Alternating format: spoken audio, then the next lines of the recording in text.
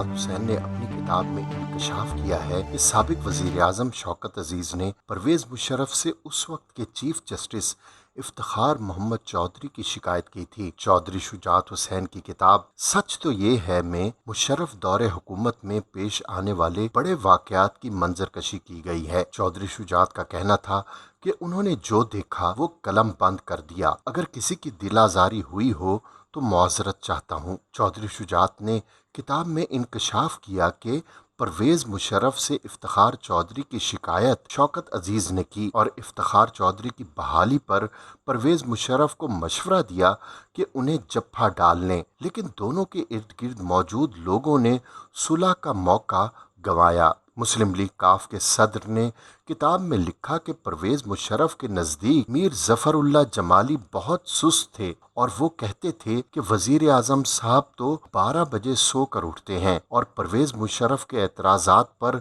जफरुल्लाह जमाली को मुस्तफ़ी होने का मशवरा दिया। चौधरी शुजात ने लिखा कि नवाज शरीफ आसिफ जरदारी के खिलाफ मुकदमा बनवाना चाहते थे, ताहम झूठा मुकदमा बनाने से इनकार कर दिया था, जबकि आसिफ जरदारी ने 2011 में कहा कि आपकी वजह से आज सदर पाकिस्तान हूँ। अपनी किताब में चौधरी शुजात हुसैन ने मज़ीद लिखा कि लाल मस्जिद वाक़े के बारे में सोच कर आज भी परेशान हो जाता हूँ। चौधरी शुजात ने अपनी किताब में दावा किया कि 2008 का इलेक्शन फिक्स था और अमेरिका बेनज़ीर भुट्टो को वज़ीर आज़म देखना चाहता था। चौधरी शुजात हुसैन ने अपनी किताब में लिखा कि नवाज शरीफ के दूसरे दौरे इक़्तिदार से कबल मियाँ शरीफ उनके घर आए और उन्होंने नवाज शरीफ के वज़ीर आज़म बनने पर परवेज़ इलाही को वज़ीर आला बनाने का कहा था। नामवर और सीनियर सियासतदान चौधरी शुजात हुसैन अपनी किताब सच तो ये है में इंकशाफ करते हुए लिखते हैं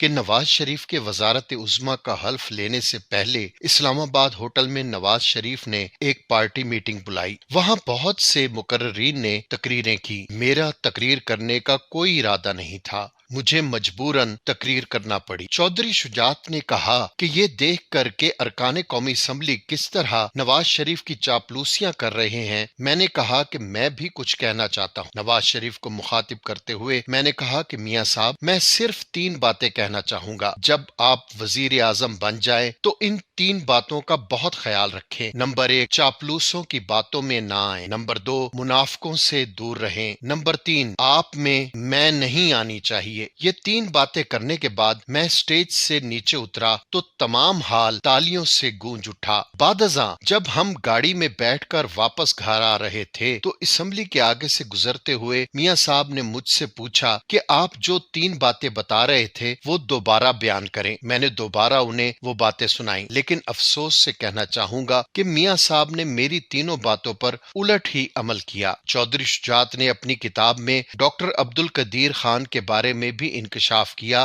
कि डॉक्टर अब्दुल कदीर खान से मेरा पहला बराह रास्त राब्ता उस जमाने में हुआ जब मैं वजीर दाखिला था। उन्होंने लिखा कि मुझे याद है कि एक रोज मैं अपने दफ्तर में बैठा हुआ था, अचानक डॉक्टर अब्दुल कदीर खान का फोन आया। बहुत घबराए हुए थे, कहने लगे चौधरी साहब, सीडीए के अहलकार मेरे घर को गिराने के लिए आ गए हैं, उनके हमरा बिल्डिंग गिराने वाली तमाम मशीनरी भी है, आप इस मामले में कुछ करें। फोन रखते ही मैंने गाड़ी निकलवाई और सीधा उनके घर पहुंच गया। देखा तो सीडीए एहलकार वाकई मशीनरी समेत उनके घर के बाहर खड़े थे। मैंने उनसे बातचीत की और उनको वहां से जाने के लिए कहा। सीडीए एहलकार मशीनरी समेत वापस चले गए। यूं डॉक्टर साहब का घर गिराए जाने का मामला रफा दफा हो गया। इस वाक़े के चंद रोज बाद डॉक्टर साहब मेरे पास तशरीफ लाए। उन्होंने मेरे साथ अपना एक फैमिली मामला डिस्कस किया। मामला चूंकि उनका जाती था इसलिए इसका तस्करा यहाँ मुनासिब नहीं। बहरहाल मेरा उनके साथ एक जाती ताल्लुक बन गया। सदर मुशर्रफ समेत तकरीबन सबको इस बात का पता था। डॉक्टर साहब पर जोहरी तवानाई बेचने के एवज रकम लेने का इल्जाम आयद हुआ तो एक रोज सदर मुशर्रफ ने मुझे और एसएम जफर को बुलाकर कहा कि आप दोनों हजरात डॉक्टर साहब के पास जाएं, उनसे कहें कि इस मामले पर वो कौम से माफी मांगे। कुछ तवक्कुफ के बाद उन्होंने मुझसे कहा कि चौधरी साहब, मुनासिब ये है कि आप अकेले ही जाएं और उनसे बात करें। میں نے اس سلسلے میں ڈاکٹر صاحب سے ان کے گھر پر ملاقات کی، ان کو جنرل مشرف کا پیغام پہنچایا۔ وہ کہنے لگے چودھری صاحب مجھ پر یہ الزام سراسر جھوٹ ہے، میں نے کوئی چیز فروخت نہیں کی، نہ میں نے کسی سے کوئی رقم لی، یہ فرنیچر جو میرے گھر پر آپ دیکھ رہے ہیں یہ بھی میری بیگم کے جہیز کا فرنیچر ہے، میری تو یہ حالت ہے کہ نیا فرنیچر تک خریدنے کی استطاعت نہیں رکھتا، یہ لوگ مجھ پر اتنا بڑا الزام لگا رہے ہیں۔ بہرحال ڈاکٹر عبد القدیر خان نے ملک و قوم کے مفاد میں ٹی وی پر آ کر سارا الزام اپنے سر لے لیا۔ اس پر میں نے ایک بیان جاری کیا جس کا متن یہ ہے: ڈاکٹر عبد القدیر نے